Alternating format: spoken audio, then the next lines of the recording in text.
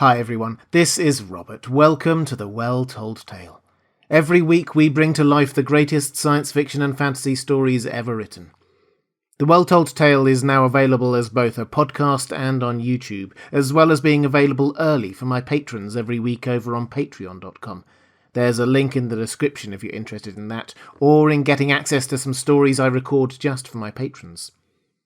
Today we have the finale of The Wonderful Wizard of Oz by L. Frank Baum. The Wicked Witch of the West is dead, the Scarecrow has his brain, the Tin Woodman has his heart, and the Lion has his courage. At least that's what they've been told they've been given, and they seem to believe it, and who are we to argue? But the Great Oz seems less sure of how he might be able to get Dorothy back to Kansas. Will she ever get home? We'll find out soon. So, pull up a chair, relax, and enjoy the finale of The Wonderful Wizard of Oz by L. Frank Baum. Chapter 17. How the Balloon Was Launched. For 3 days Dorothy heard nothing from Oz. These were sad days for the little girl, although her friends were all quite happy and contented. The Scarecrow told them there were wonderful thoughts in his head, but he would not say what they were because he knew no one would understand them but himself. When the Tin Woodman walked about, he felt his heart rattling around in his breast, and he told Dorothy he had discovered it to be a kinder and more tender heart than the one he had owned when he was made of flesh. The Lion declared he was afraid of nothing on earth, and would gladly face an army or a dozen of the fierce Kalidahs. Thus each of the little party was satisfied except Dorothy, who longed more than ever to get back to Kansas. On the 4th day, to her great joy, Oz sent for her, and when she entered the throne room he greeted her pleasantly.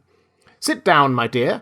I think I have found the way to get you out of this country." "And back to Kansas?" she asked eagerly. "Well, I'm not sure about Kansas," said Oz, "for I haven't the faintest notion which way it lies, but the first thing to do is cross the desert, and then it should be easy to find your way home." "How can I cross the desert?" she inquired.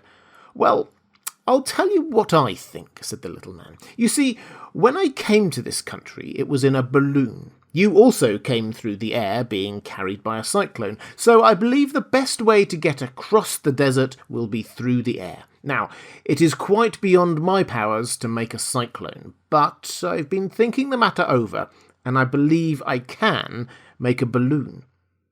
"How?" asked Dorothy. "A balloon," said Oz, "is made of silk, which is coated with glue to keep the gas in. I have plenty of silk in the palace, so it will be no trouble to make the balloon, but in all this country there is no gas to fill the balloon with, to make it float." "If it won't float," remarked Dorothy, "it will be of no use to us."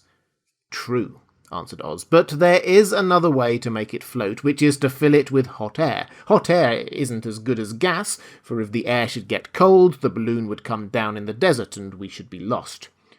"We?" exclaimed the girl. "Are you going with me?" "Yes, of course," replied Oz. "I am tired of being such a humbug. If I should go out of this palace, my people would soon discover I am not a wizard, and then they would be vexed with me for having deceived them. So I have to stay shut up in these rooms all day, and it gets tiresome. I'd much rather go back to Kansas with you and be in a circus again." "I shall be glad to have your company," said Dorothy. "Thank you," he answered. "Now, if you will help me sew the silk together, we will begin to work on our balloon." So Dorothy took a needle and thread, and as fast as Oz cut the strips of silk into proper shape, the girl sewed them neatly together. First there was a strip of light green silk, then a strip of dark green, and then a strip of emerald green, for Oz had a fancy to make the balloon in different shades of the colour about them. It took them 3 days to sew all the strips together, but when it was finished they had a big bag of green silk more than 20 feet long. Then Oz painted it on the inside with a coat of thin glue to make it airtight, after which he announced that the balloon was ready. "But we must have a basket to ride in," he said, so he sent the soldier with the green whiskers for a big clothes basket, which he fastened with many ropes to the bottom of the balloon. When it was all ready, Oz sent word to his people that he was going to make a visit to a great brother wizard who lived in the clouds. The news spread rapidly throughout the city, and everyone came to see the wonderful sight. Oz ordered the balloon carried out in front of the palace, and the people gazed upon it with much curiosity. The Tin Woodman had chopped a big pile of wood, and now he made a fire of it, and Oz held the bottom of the balloon over the fire so that the hot air that arose from it would be caught in the silken bag. Gradually the balloon swelled out and rose into the air, until finally the basket just touched the ground. Then Oz got into the basket, and said to all the people in a loud voice, "I am now going away to make a visit. While I am gone, the Scarecrow will rule over you. I command you to obey him as you would me." The balloon, by this time, was tugging hard at the rope that held it to the ground, for the air within it was hot, and this made it so much lighter in weight than the air without that it pulled hard to rise into the air. "Come, Dorothy," cried the wizard. "Hurry up, or the balloon will fly away." "I can't find Toto anywhere," replied Dorothy, who did not wish to leave her little dog behind. Toto had run into the crowd to bark at a kitten, and Dorothy at last found him. She picked him up and ran towards the balloon. She was within a few steps of it, and Oz was holding out his hands to help her into the basket, when crack went the ropes, and the balloon rose into the air without her. "Come back!" she screamed. "I want to go too." "I can't come back, my dear," called Oz from the basket. "Goodbye." "Goodbye!" shouted everyone, and all eyes were turned upward to where the wizard was riding in the basket, rising every moment further and further into the sky. And that was the last any of them ever saw of Oz the Wonderful Wizard, though he may have reached Omaha safely and be there now for all we know. But the people remembered him lovingly, and said to one another, "Oz was always our friend. When he was here, he built for us this beautiful Emerald City, and now he is gone, he has left the wise Scarecrow to rule over us." Still, for many days they grieved over the loss of the wonderful wizard, and would not be comforted. Chapter 18. Away to the South. Dorothy wept bitterly at the passing of her hope to get home to Kansas again, but when she thought it all over, she was glad she had not gone up in the balloon, and she also felt sorry at losing Oz, and so did her companions. The Tin Woodman came to her and said, "Truly, I should be ungrateful if I failed to mourn for the man who gave me my lovely heart. I should like to cry a little, because Oz is gone, if you will kindly wipe away my tears, so I shall not rust." "With pleasure," she answered, and brought a towel at once. Then the Tin Woodman wept for several minutes, and she watched the tears carefully and wiped them away with the towel. When he had finished, he thanked her kindly and oiled himself thoroughly with his jewelled oil can to guard against mishap. The Scarecrow was now the ruler of the Emerald City, and although he was not a wizard, the people were proud of him. "For," they said, "there is not another city in all the world that is ruled by a stuffed man." And, so far as they knew, they were quite right. The morning after the balloon had gone up with Oz, the four travellers met in the throne room and talked matters over. The Scarecrow sat in the big throne, and the others stood respectfully before him. "We are not so unlucky," said the new ruler, "for this palace and the Emerald City belong to us, and we can do just as we please. When I remember that a short time ago I was up on a pole in a farmer's cornfield, and that now I am the ruler of this beautiful city, I am quite satisfied with my lot." "I also," said the Tin Woodman, "am well pleased with my new heart, and really that was the only thing I wished for in the whole world." "For my part, I am content in knowing that I am as brave as any beast that ever lived, if not braver," said the Lion modestly. "If Dorothy would only be contented to live in the Emerald City," continued the Scarecrow, "we might all be happy together." "But I don't want to live here," cried Dorothy. "I want to go to Kansas and live with Aunt Em and Uncle Henry." "Well, then, what can be done?" inquired the Woodman. The Scarecrow decided to think, and he thought so hard that the pins and needles began to stick out of his brain. Finally he said, "Why not call the winged monkeys and ask them to carry you over the desert?" "I never thought of that," said Dorothy joyfully. "It's just the thing. I'll go at once for the golden cap." When she brought it into the throne room, she spoke the magic words, and soon the band of winged monkeys flew in through the open window and stood beside her. "This is the second time you have called us," said the Monkey King, bowing low before the little girl. "What do you wish?" "I want you to fly with me to Kansas," said Dorothy. But the Monkey King shook his head. "That cannot be done," he said. "We belong in this country alone and cannot leave it. There has never been a winged monkey in Kansas yet, and I suppose there never will be, for they don't belong there. We shall be glad to serve you in any way in our power, but we cannot cross the desert. Goodbye." And with another bow, the Monkey King spread his wings and flew away through the window, followed by all his band. Dorothy was ready to cry with disappointment. "I have wasted the charm of the golden cap to no purpose," she said, "for the winged monkeys cannot help me." "It certainly is too bad," said the tender-hearted woodman. The Scarecrow was thinking again, though, and his head bulged out so horribly that Dorothy feared it would burst. "Let us call in the soldier with the green whiskers," he said, "and ask his advice." So the soldier was summoned and entered the throne room timidly, for while Oz was alive he never was allowed to come further than the door. "This little girl," said the Scarecrow to the soldier, "wishes to cross the desert. How can she do it?" "I cannot tell," answered the soldier, "for nobody has ever crossed the desert, unless it is Oz himself." "But is there no one who can help me?" asked Dorothy earnestly. "Glinda might," he suggested. "Who is Glinda?" inquired the Scarecrow. "The Witch of the South. She is the most powerful of all the witches, and rules over the quadlings. Besides, her castle stands on the edge of the desert, so she may know a way to cross it." "Glinda is a good witch, isn't she?" asked the child. "The quadlings think she is good," said the soldier, "and she is kind to everyone. I've heard that Glinda is a beautiful woman who knows how to keep young in spite of the many years she has lived." "How can I get to her castle?" asked Dorothy. "The road is straight to the south," he answered, "but it is said to be full of dangers to travellers. There are wild beasts in the wood, and a race of queer men who do not like strangers to cross their country. For this reason, none of the quadlings ever come to the Emerald City." The soldier then left them, and the Scarecrow said, "It seems, in spite of dangers, that the best thing Dorothy can do is travel to the land of the south and ask Glinda to help her. For, of course, if Dorothy stays here, she will never get back to Kansas." "You must have been thinking again," remarked the Tin Woodman. "I have," said the Scarecrow. "I shall go with Dorothy," declared the Lion, "for I am tired of your city, and I long for the woods and the country again.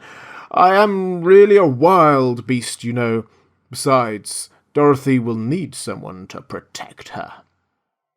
"That is true," agreed the Woodman. "My axe may be of service to her, so I also will go with her to the land of the south." "When shall we start?" asked the Scarecrow. "Are you going?" they asked in surprise. "Certainly. If it wasn't for Dorothy, I should never have had brains. She lifted me from the pole in the cornfield and brought me to the Emerald City. So my good luck is all due to her, and I shall never leave her until she starts back to Kansas for good and all." "Thank you," said Dorothy gratefully. "You are all very kind to me, but I should like to start as soon as possible."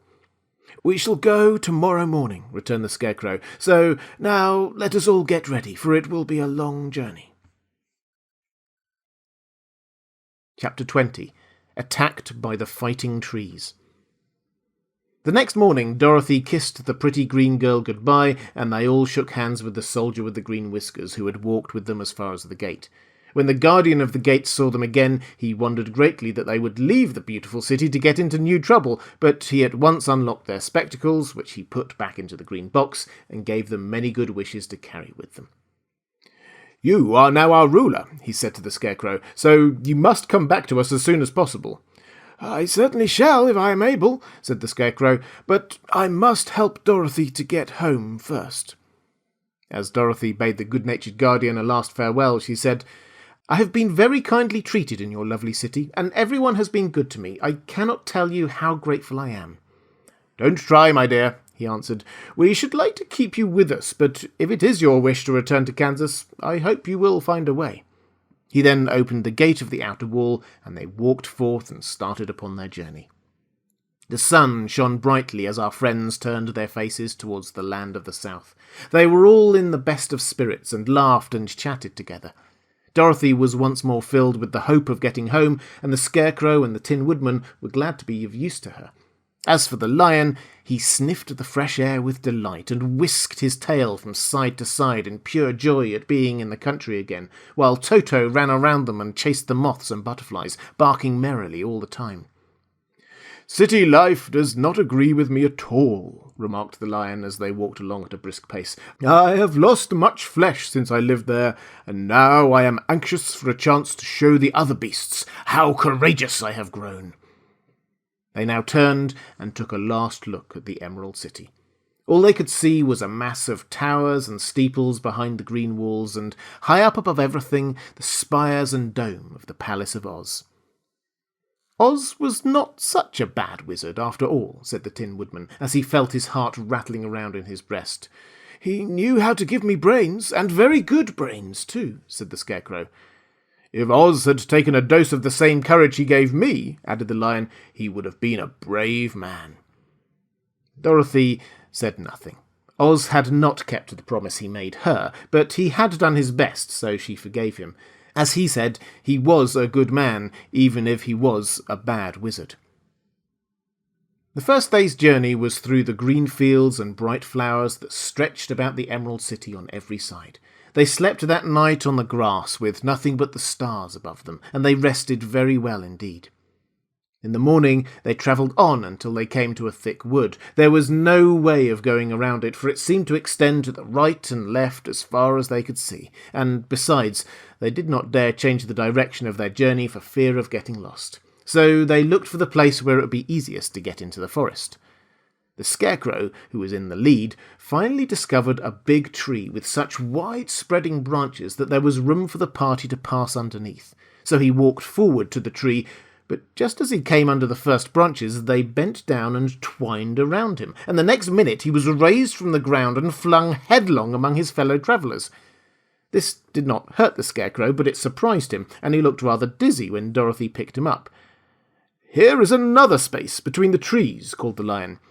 "Let me try it first," said the Scarecrow, "for it does not hurt me to get thrown about." He walked up to another tree as he spoke, but its branches immediately seized him and tossed him back again. "This is strange," exclaimed Dorothy. "What shall we do?" "The trees seem to have made their minds up to fight us and stop our journey," remarked the lion. "I believe I will try it myself," said the woodman, and shouldering his axe he marched up to the first tree that had handled the Scarecrow so roughly. When a big branch bent down to seize him, the woodman chopped at it so fiercely that he cut it in two. At once the tree began shaking all its branches as if in pain, and the Tin Woodman passed safely under it. "Come on," he shouted to the others, "be quick!" They all ran forward and passed under the tree without injury, except Toto, who was caught by a small branch and shaken until he howled, but the woodman promptly chopped off the branch and set the little dog free. The other trees of the forest did nothing to keep them back, so they made up their minds that only the first row of trees could bend down their branches, and that probably these were the policemen of the forest, and given this wonderful power in order to keep strangers out of it. The four travellers walked with ease through the trees until they came to the further edge of the wood. Then, to their surprise, they found before them a high wall which seemed to have been made of white china. It was smooth like the surface of a dish and higher than their heads. "What shall we do now?" asked Dorothy. "I will make a ladder," said the Tin Woodman, "for we certainly must climb over the wall." Chapter 20. The Dainty China Country. While the woodman was making a ladder from wood which he found in the forest, Dorothy lay down and slept, for she was tired by the long walk. The lion also curled himself up to sleep, and Toto lay beside him. The Scarecrow watched the woodman while he worked, and said to him, "I cannot think why this wall is here, nor what it is made of." "Rest your brains and do not worry about the wall," replied the woodman. "When we have climbed over it, we shall know what is on the other side." After a time, the ladder was finished. It looked clumsy, but the Tin Woodman was sure it was strong and would answer their purpose. The Scarecrow waked Dorothy and the lion and Toto and told them that the ladder was ready. The Scarecrow climbed up the ladder first, but he was so awkward that Dorothy had to follow close behind him and keep him from falling off. When he got his head over the top of the wall, the Scarecrow said, "Oh my!" "Go on," exclaimed Dorothy. So the Scarecrow climbed further up and sat down on top of the wall, and Dorothy put her head over and cried, "Oh my!" just as the Scarecrow had done. Then Toto came up and immediately began to bark, but Dorothy made him be still. The Lion climbed the ladder next, and the Tin Woodman came last, but both of them cried, "Oh my!" as soon as they looked over the wall. When they were all sitting in a row on the top of the wall, they looked down and saw a strange sight. Before them was a great stretch of country, having a floor as smooth and shining and white as the bottom of a big platter. Scattered around were many houses made entirely of china and painted in the brightest colours. These houses were quite small, the biggest of them reaching only as high as Dorothy's waist. There were also pretty little barns with china fences around them, and many cows and sheep and horses and pigs and chickens, all made of china, were standing about in groups. But the strangest of all were the people who lived in this queer country.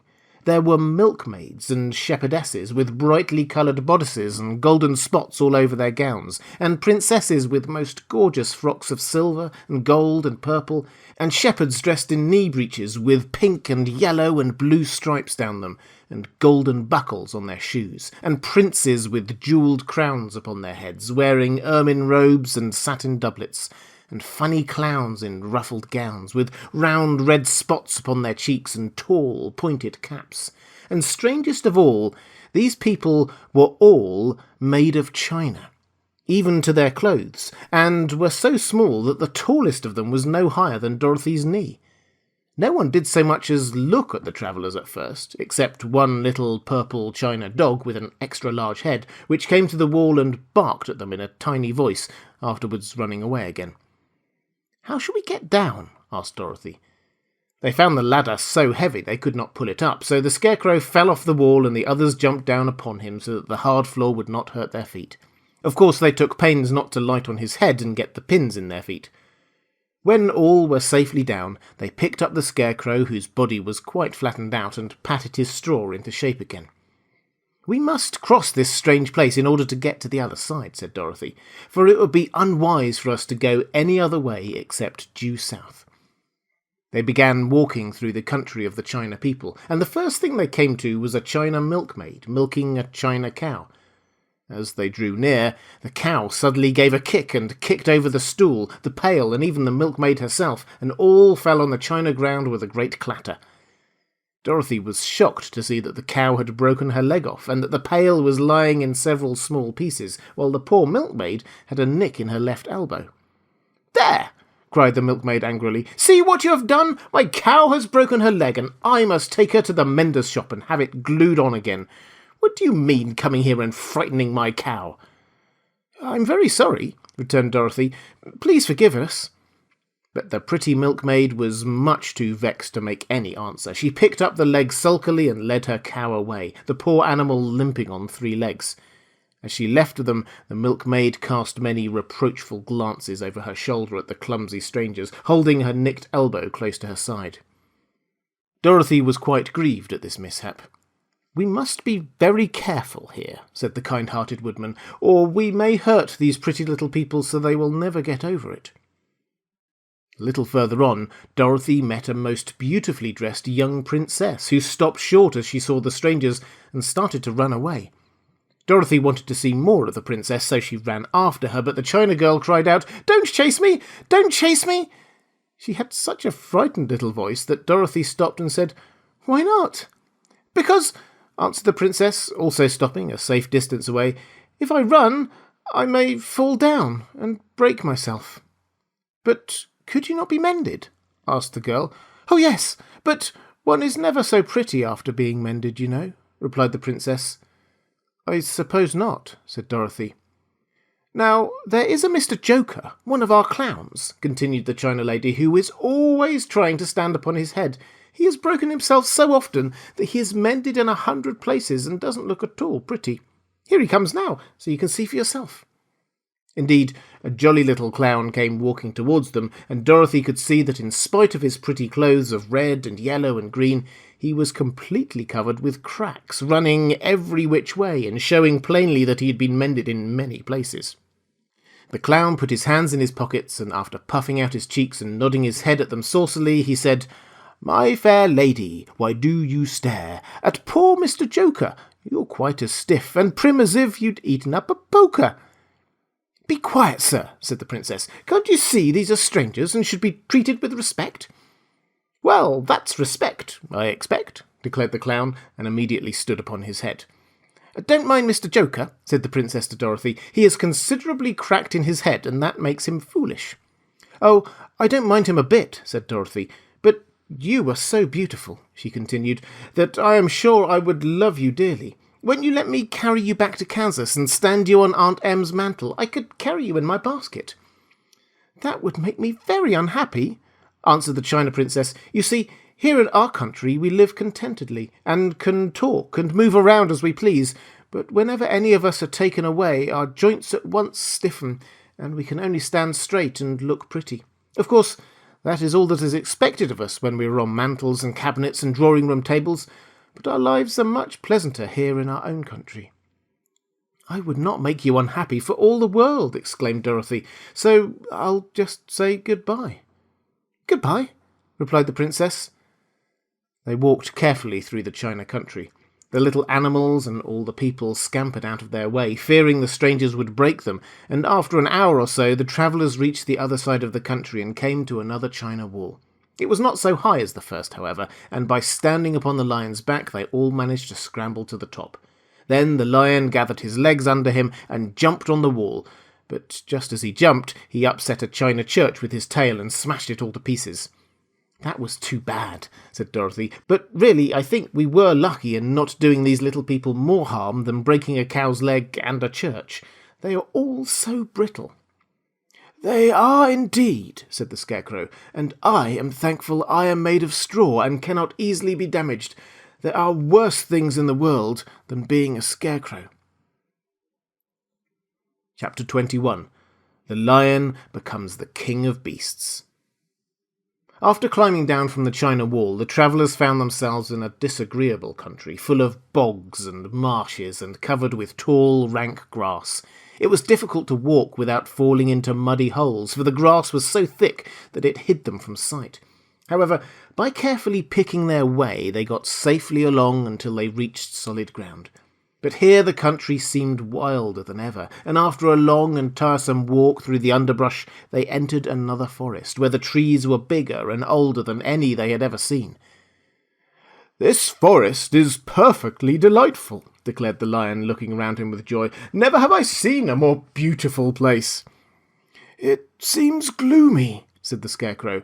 "Not a bit of it," answered the lion. "I should like to live here all my life. See how soft the dried leaves are under your feet, and how rich and green the moss is that clings to these old trees. Surely no wild beast could wish a pleasanter home." "Perhaps there are wild beasts in the forest now," said Dorothy.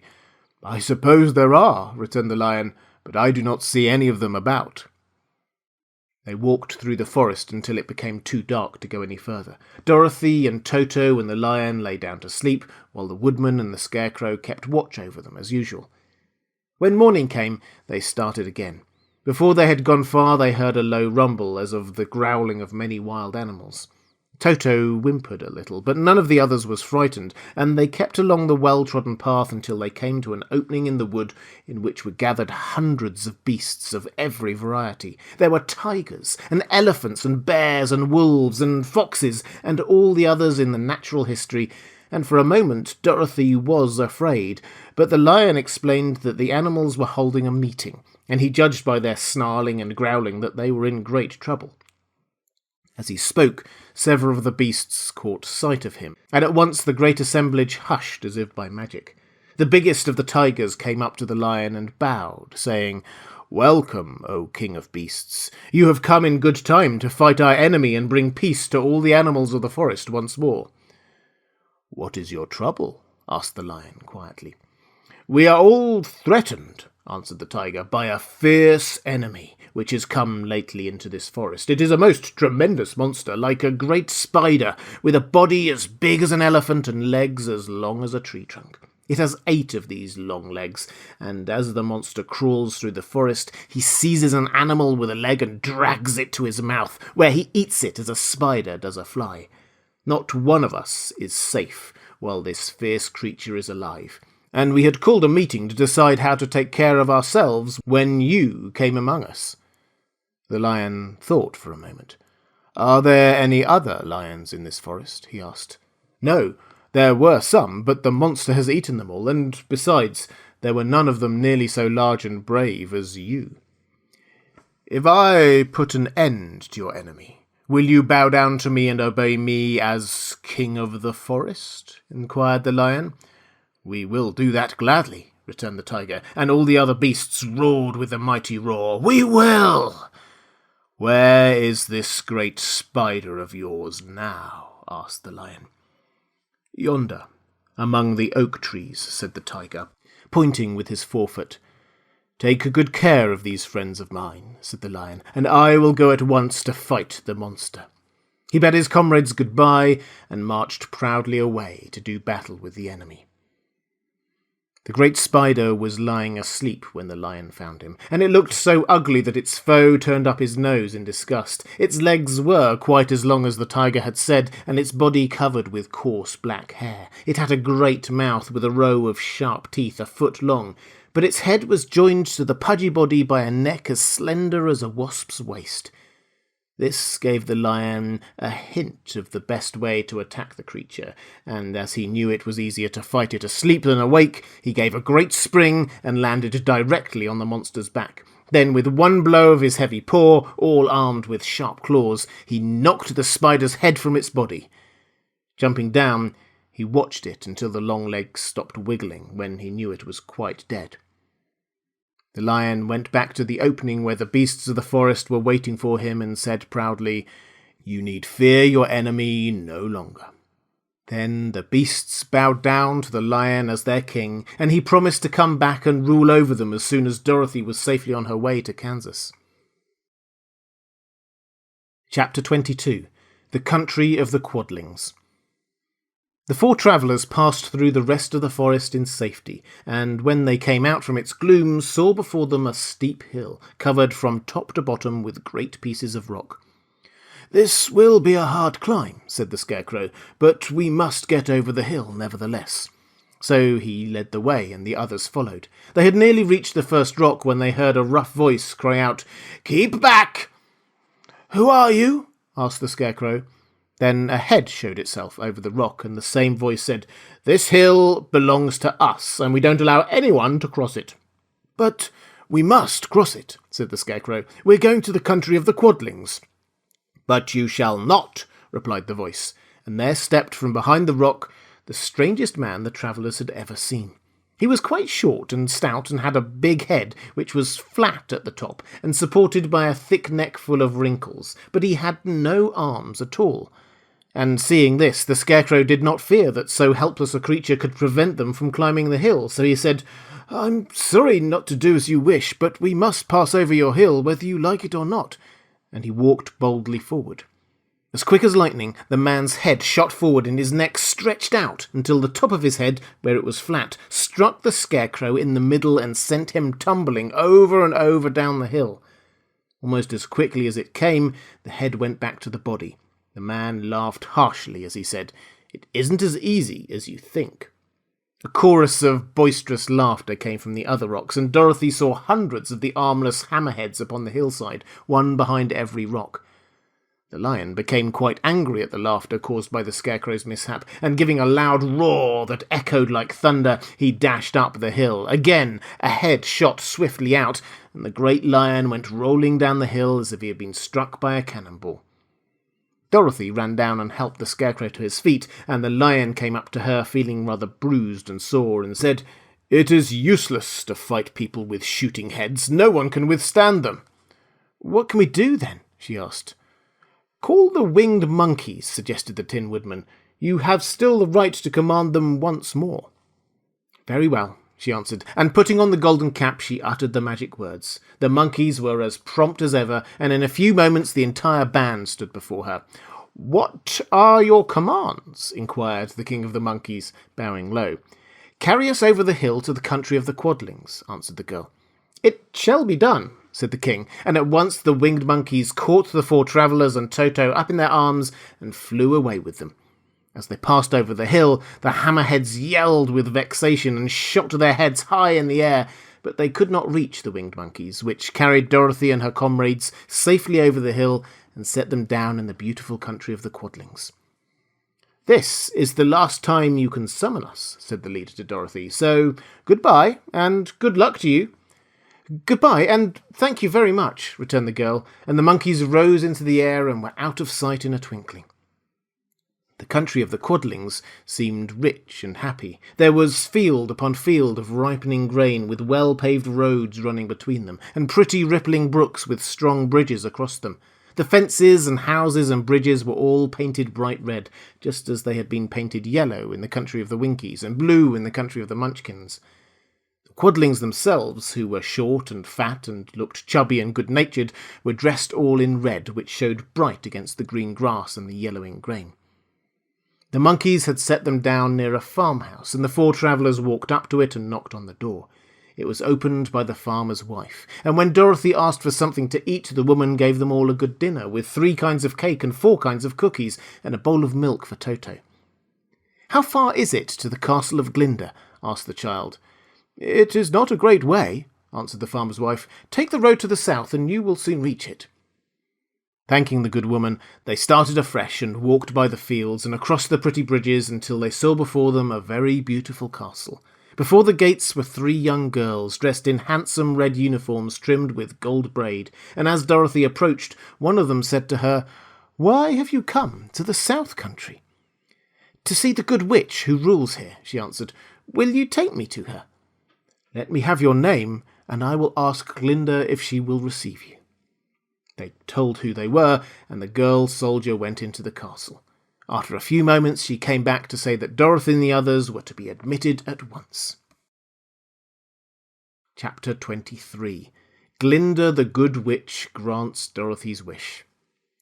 Before they went to see Glinda, however, they were taken to a room of the castle where Dorothy washed her face and combed her hair, and the lion shook the dust out of his mane, and the scarecrow patted himself into his best shape, and the woodman polished his tin and oiled his joints. When they were all quite presentable, they followed the soldier girl into a big room where the witch Glinda sat upon a throne of rubies. She was both beautiful and young to their eyes. Her hair was a rich red in colour and fell in flowing ringlets over her shoulders. Her dress was pure white, but her eyes were blue, and they looked kindly upon the little girl. "What can I do for you, my child?" she asked. Dorothy told the witch all her story, how the cyclone had brought her to the land of Oz, how she had found her companions, and the wonderful adventures they had met with. "My greatest wish now," she added, "is to get back to Kansas, for Aunt Em will surely think that something dreadful has happened to me, and that will make her put on mourning, and unless the crops are better this year than they were last, I'm sure Uncle Henry cannot afford it." Glinda leaned forward and kissed the sweet upturned face of the loving little girl. "Bless your dear heart," she said. "I am sure I can tell you of a way to get back to Kansas." Then she added, "But if I do, you must give me the golden cap." "Willingly," exclaimed Dorothy. "Indeed, it is of no use to me now, and when you have it, you can command the wing monkeys 3 times. "And I think I shall need their service just those 3 times," answered Glinda, smiling. Dorothy then gave her the golden cap, and the witch said to the scarecrow, "What will you do when Dorothy has left us?" "I will return to the Emerald City," he replied, "for Oz has made me its ruler, and the people like me. The only thing that worries me is how to cross the hill of the hammerheads." "By means of the golden cap, I shall command the winged monkeys to carry you to the gates of the Emerald City," said Glinda, "for it would be a shame to deprive the people of so wonderful a ruler."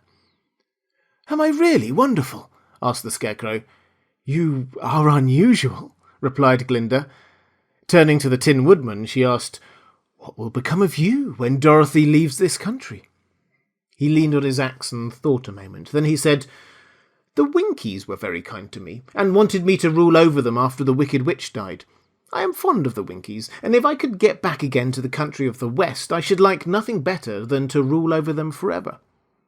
"My second command to the winged monkeys," said Glinda, "will be that they carry you safely to the land of the Winkies. Your brain may not be so large to look at as those of the Scarecrow, but you are really brighter than he is, when you are well polished, and I am sure you will rule the Winkies wisely and well." Then the witch looked at the big shaggy lion and asked, "When Dorothy has returned to her own home, what will become of you?" "Over the hill of the hammerheads," he answered, "lies a grand old forest, and all the beasts that live there have made me their king. If I could only get back to this forest, I would pass my life very happily there." "My third command to the winged monkeys," said Glinda, "shall be to carry you to your forest. Then, having used up the powers of the golden cap, I shall give it to the king of the monkeys, that he and his band may thereafter be free for evermore." The Scarecrow and the Tin Woodman and the Lion now thanked the good witch earnestly for her kindness, and Dorothy exclaimed, "You are certainly as good as you are beautiful, but you have not yet told me how to get back to Kansas." "Your silver shoes will carry you over the desert," replied Glinda. "If you had known their power, you should have gone back to your Aunt Em the very first day you came to this country." "But then I should not have had my wonderful brains," cried the Scarecrow. "I might have passed my whole life in the farmer's cornfield."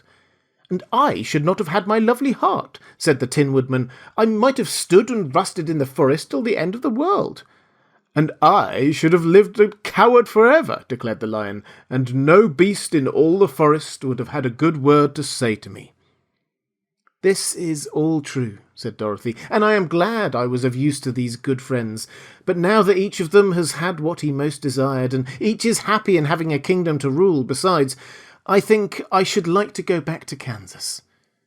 "The silver shoes," said the good witch, "have wonderful powers, and one of the most curious things about them is that they can carry you to any place in the world in 3 steps, and each step will be made in the wink of an eye. All you have to do is knock the heels together 3 times and command the shoes to carry you wherever you wish to go." "If that is so," said the child joyfully, "I will ask them to carry me back to Kansas at once." She threw her arms around the lion's neck and kissed him, patting his big head tenderly. Then she kissed the Tin Woodman, who was weeping in a way most dangerous to his joints. But she hugged the soft, stuffed body of the Scarecrow in her arms instead of kissing his painted face, and found she was crying herself at this sorrowful parting from her loving comrades. Glinda the Good stepped down from her ruby throne to give the little girl a goodbye kiss, and Dorothy thanked her for all the kindness she had shown to her friends and herself.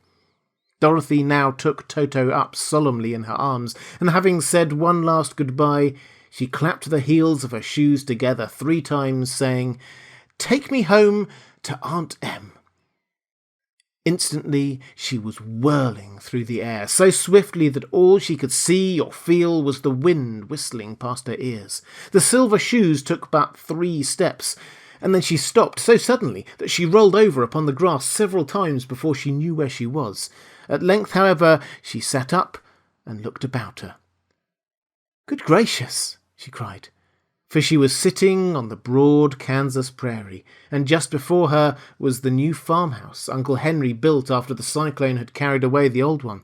Uncle Henry was milking the cows in the barnyard, and Toto had jumped out of her arms and was running towards the barn, barking furiously. Dorothy stood up and found she was in her stocking feet, for the silver shoes had fallen off in her flight through the air and were lost forever in the desert.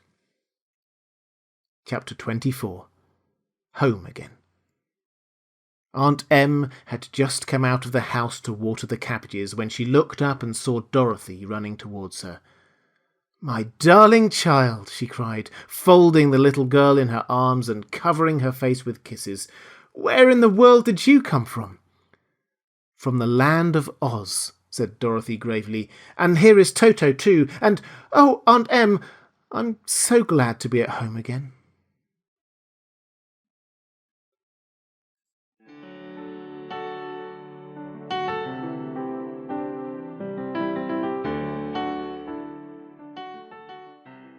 and welcome back.